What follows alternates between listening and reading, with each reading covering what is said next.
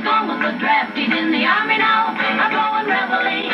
He's the boogie woogie bugle boy of Company B.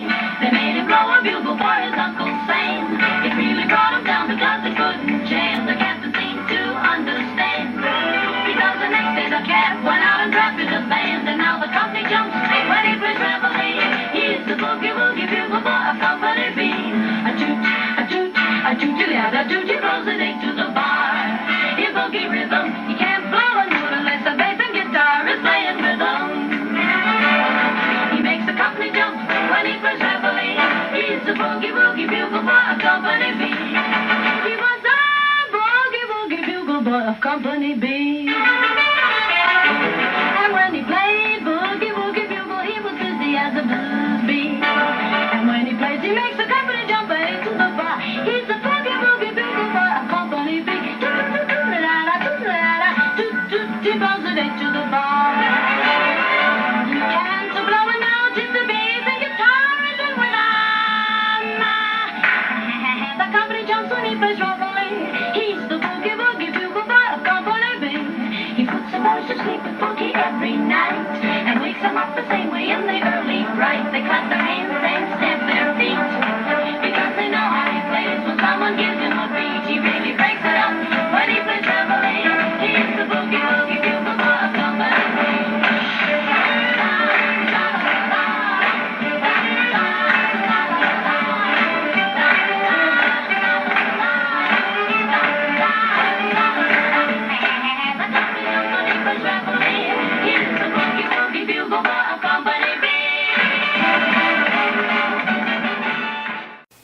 Hello, my name is Jeff Swanson. I'm a sergeant in Item Company, 3rd Battalion, 501st Parachute Infantry Regiment of the 101st Airborne, recreated. We're a Knoxville living history group, and our purpose is to preserve the honor and legacy and sacrifice of the parachute infantry and other associated units of the United States Army's 101st Airborne Division, as well as all World War II veterans. By participating in public living history events, school presentations, veteran and other local events, the 501st Group strives to educate public regarding the United States Army's Parachute Infantry and specifically Item Company of 3rd Battalion, 501st Parachute Infantry Regiment. We strive to interpret the daily lives of America's greatest generation through the eyes of a paratrooper, as well as the events that engulfed our country and affect us to this day. The reenactment that you're going to see today is that of D-Day, June 6, 1944, after the United States Army's 82nd and 101st Airborne dropped on France to start the Great Crusade to liberate Europe of Nazi tyranny and Adolf Hitler. Planning for the Allied invasion of Western Europe started in 1943. On June 6, 1944, the D-Day invasion began. Over 150,000 Allied troops landed on the beaches of France that day at 5 beaches codenamed Utah, Omaha, Gold, Juno, and Sword. H-hour commenced at 0630 hours. Earlier on June the 6th, at approximately 0100 hours in the morning, over 13,000 paratroopers from the United States Army's 82nd and 101st Airborne dropped from the skies in France in advance of the beach landings. They were among the first Allied forces to land in Europe and start that great crusade to defeat Adolf Hitler and Nazi tyranny. Their mission was to take strategic crossroads, bridges, and towns to prevent Germans from attacking beach landings and also secure 3 causeways leading from Utah Beach, allowing the Allies to move inland. Causeways were elevated roads that led from Utah Beach through lowlands behind the beaches. These lowlands had been flooded by the Germans prior to the invasions to impede Allied advancement. U.S. advance off the beach would be dependent upon securing those causeways. The parachute drops in the early morning of June the 6th found many groups, paratroopers widely dispersed and outside their planned drop zones. Troopers also found themselves in a French countryside that was characterized by hedgerows.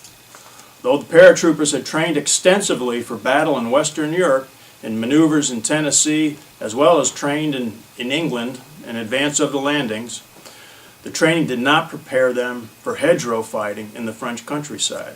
Fortunately, American paratroopers are trained to adapt quickly and improvise.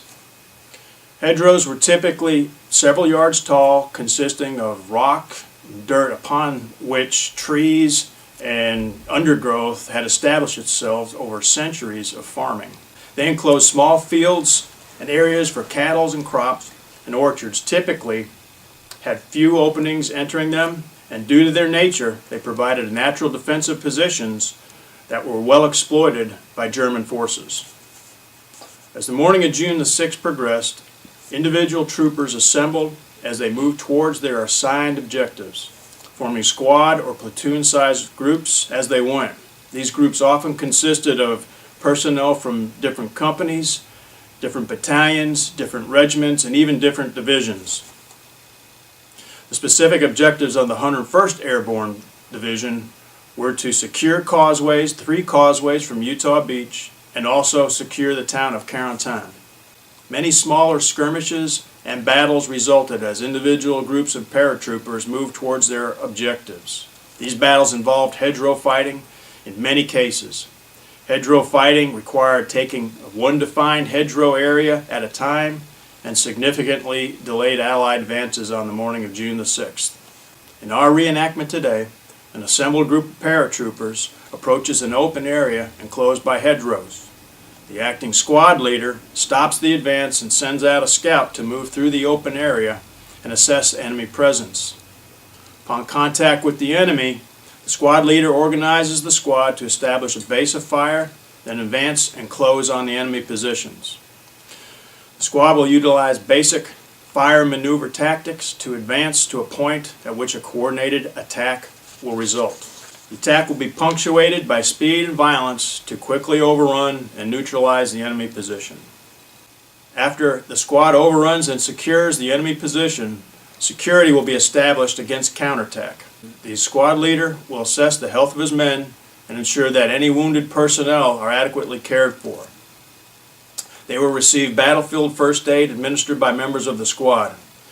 The wounded man will then be moved to a safe area until medics or other personnel can come to his aid, or until he is captured by the Germans.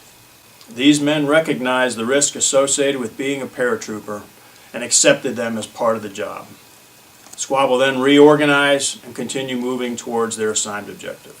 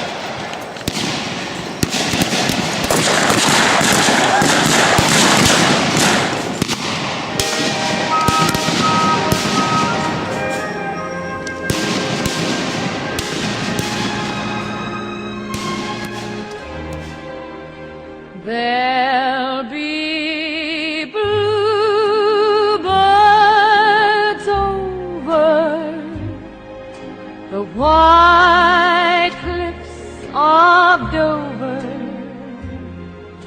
Tomorrow, just you wait and see. There'll be love and laughter and peace ever after. Tomorrow, when the world is free.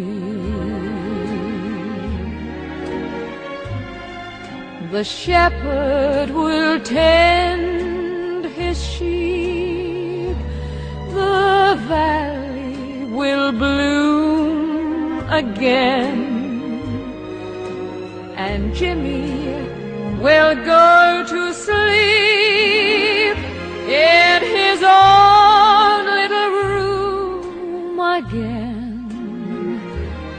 There'll be bluebirds over the white cliffs of Dover.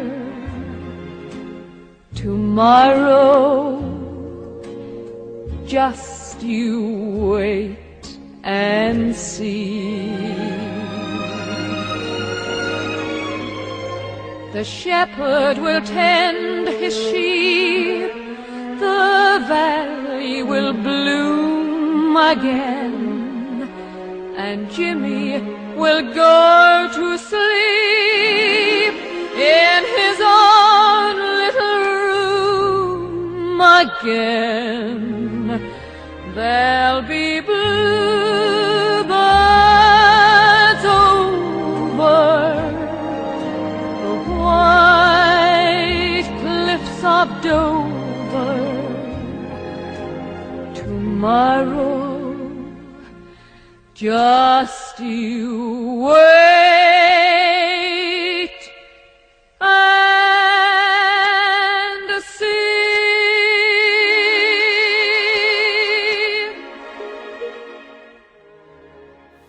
I'm wearing uniform and gear that was typical of the 101st Airborne when they jumped on Normandy on June the 6th, 1944.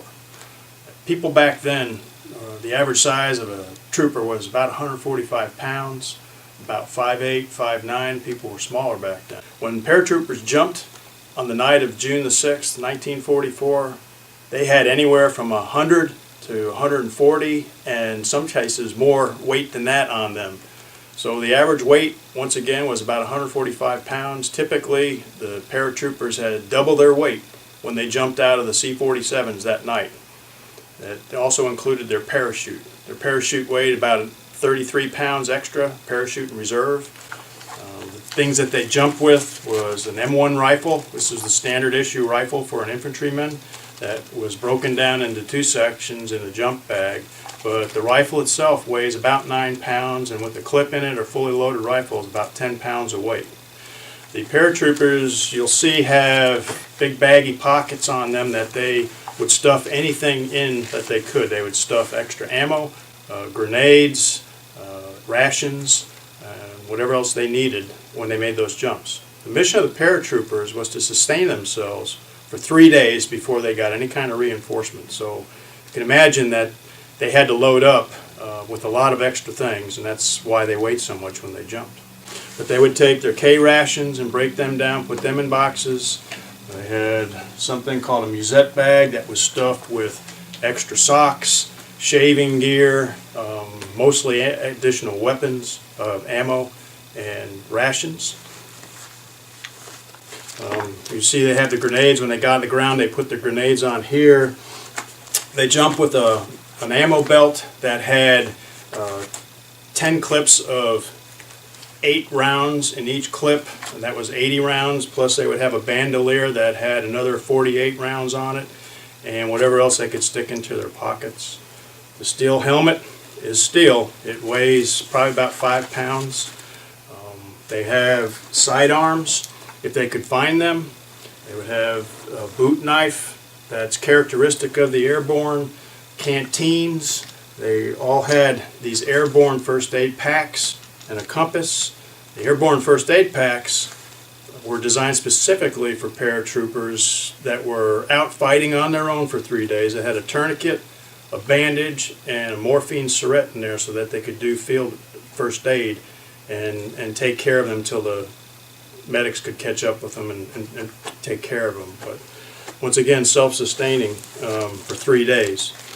They also had wire clippers in many cases, and depending on what their function was, if they were assigned to a crew-served weapon squad, such as a light machine gun or mortar squad, they would also carry mortar rounds, possible machine gun belt, whatever that crew-served weapon crew needed. And the other paratroopers in the stick would also be asked to take a mortar round, even if they weren't in that mortar squad. And those rounds weigh about 3 pounds apiece. So you jump with that extra gear, you jump with the extra ammo for the mortar squad, you jump with extra ammo for the machine gun squad, and the machine gun belt had 250 rounds of 30-06 shells on a belt, and it weighed a lot as well. The canteens, they had a bayonet that was used for close-in fighting on the M1 Garand, and of course their uniform. They would also carry personal gear such as a Bible or letters or things that were important to them out in the field. I'm an NCO, I'm a sergeant in the unit, but because of the nature of the paratroopers were hand-to-hand combat, special force type operations, enlisted men or less senior NCOs weren't always issued sidearms. You've seen possibly in Band of Brothers some of the stories where the troopers would acquire handguns either from home or other ways. This weapon was acquired in a card game with a British tanker, and that's my story. But this is a British Enfield No. 2 Mark I sidearm that is in a tanker holster, a tanker meaning tank operators. You'll see it doesn't have a thumb on you'll see that the trigger has been modified to release the thumb portion of it so that it wouldn't catch on things. But this was the standard issue sidearm for the British forces, similar to the 1911 .45 caliber in U.S. forces for them. But the paratroopers would get whatever weapons they could, trench knives, additional boot knives. They'd put razor blades in their boots. They went in prepared for battle, and there was not a set way for an individual trooper to jump. In other words, before they got on the plane, they weren't inspected to make sure that they had everything in the right place. As a paratrooper, you basically customize your kit and prepare yourself for battle, and that's what many of them did. So they would arm themselves with whatever they felt they needed to carry out their mission. And they would arm themselves to the teeth as much as they could with the additional ammo, grenades, smoke grenades, sidearms, knives, and whatever it take to do the job. And they would also load themselves up with the first aid because they would have to take care of themselves as well, or their buddies that they're in battle with. You can have vegetables, lots of them, on your table next winter. You can have your own fresh vegetables on your table this summer if you have your own Victory Garden. Yes, there's no restriction on home canning and home processing of vegetables and garden fruits and berries. Plan your Victory Garden now. Get your garden plot lined up. Get the advice of a garden expert if you need it, and be prepared to grow your own for victory. Join a garden club or community garden movement, or share a garden with your neighbor. You can help win the battle of food production. You can help our fighting men get the food they need. You can help save the vital metals used in commercial canning if you grow your own Victory Garden in 1943. For further information, write to Victory Gardens, Washington, D.C. Victory Gardens, Washington, D.C. It's just, we may be needing to do more of that just for the sake of the nutrition. And, you know, you're getting fresh grown farm stuff. And I think if you got a yard big enough to mow, you might have a yard big enough to put a tomato plant in it at least, and have your own fresh tomatoes. And you know, we need to get back to that, and that's our goal here, is to get back to our heritage and keep that alive and with our young people. The 501st Group has supported numerous events in the Knoxville, northern Georgia area, Kentucky, and in Nashville area as well. Probably most visible in this area for the support that we provided to the Oak Ridge Secret City Festival that's held every June. We provided the reenactment for Oak Ridge since the first Secret City Festival started some 10, 15 years ago, I suppose. But we also support, on smaller groups, schools that request our presence to come out and talk to them. So Jefferson in Oak Ridge, Tate School here in Knoxville. We're doing some things up in Oneida, and we see ourselves as a living history resource for a generation of people and a part of our history that's rapidly fading. As our grandparents and parents leave us in this life, they take with them the stories that resulted in one of the greatest, most momentous times in world history, and certainly a part of time that changed America forever. It's very important to all of us that we don't forget those lessons, and more importantly that we don't forget those veterans and their sacrifices that they made so that we can enjoy the freedoms that we experience every day and often take for granted. I want to thank all of our military for coming out. We had some of our actual World War II veterans here on site today at the Primitive Barn. The 5-0 troop came and they did an excellent job on a reenactment of World War II and of particular battles. And if you missed it, you missed something great that history cannot describe. You have to almost see it with your own eyes to see. And they did such a beautiful job, and they're just really, really renowned folks. And we hope to have it again sometime, and if we do, we'll publish it. We don't want you to miss out on anything that goes on here at the Primitive Barn. This was free to the public, and we had quite a crowd, and it was beautiful. So thank you, folks.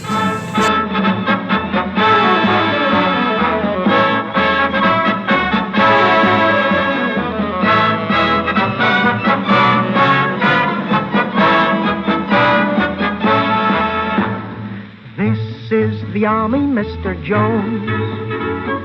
No private rooms or telephones. You had your breakfast in bed before, but you won't have it there anymore. This is the Army, Mr. Green. We like the barracks nice and clean. You had a housemaid to clean your floor, but she won't help you out anymore. Do what the buglers command. They're in the Army and not in a band. This is the Army, Mr. Brown. You and your baby went to town. She had you worried, but this is war, and she won't worry you anymore.